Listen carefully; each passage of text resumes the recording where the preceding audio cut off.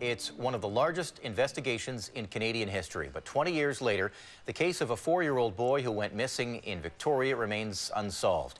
On March 24, 1991, Michael Dunahee disappeared from a playground just steps away from his parents. Since then, Crystal and Bruce Dunahee have never given up hope that one day Michael will be found. And as A News reporter Stephen Andrews shows us, for the Dunahees, tomorrow will be filled with pain and grief of a life lost. It's one of the biggest mysteries on Vancouver Island. So tomorrow is the 20th anniversary of the disappearance of Michael Dunahee. And 20 years after Michael Dunahee vanished, police reaffirmed their belief they will solve the case. Since the 15th anniversary, in 2006, we have received 500 new tips.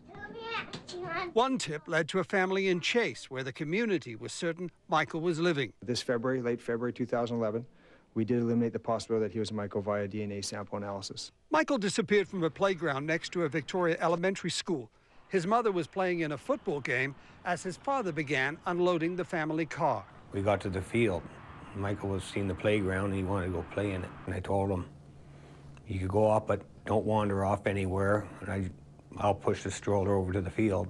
A lot has changed here since Michael Dunahee disappeared. Gone is the playground.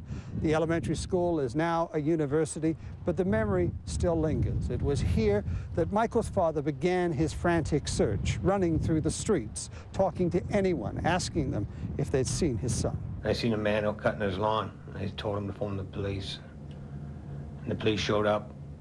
Meanwhile, all the girls were searching around the area, all the football players, they were all searching around the area. Michael's mother says 20 years later, his disappearance is still difficult to accept.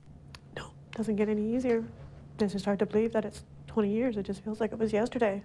Police feel the pain too. I'm a little better now, but I got to tell you, for many years, I had trouble sleeping over this. Deputy Chief John Ducker was the junior investigator when Michael went missing.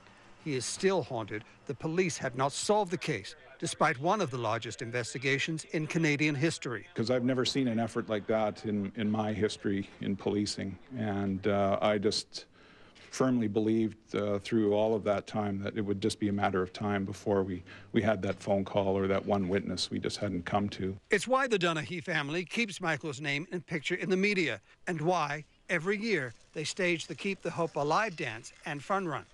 Michael's mother says intuition tells her Michael is still alive. His father has hope too. It's why, 20 years later, he's making the same plea that he made on the day Michael disappeared. I just want the person with the right information to come forward and give it to the police. Let them do their job. Let them find our son for us.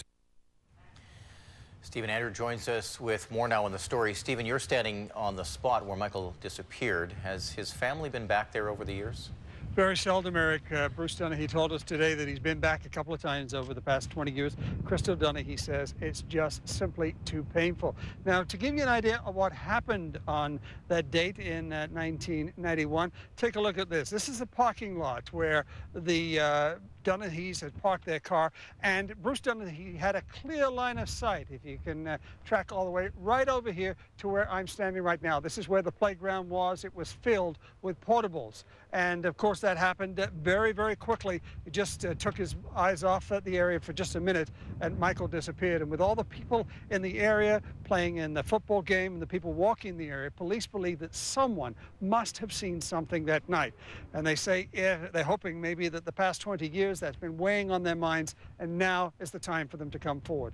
And here's how you can do that. If you'd like to provide any information to police, you can do that by calling the tip line in Victoria PD. That is 250-995-7444, or you can call Crime Stoppers, and you can do that completely anonymously. Don't even have to leave your name, and that number is 1-800-222-TIPS. Eric.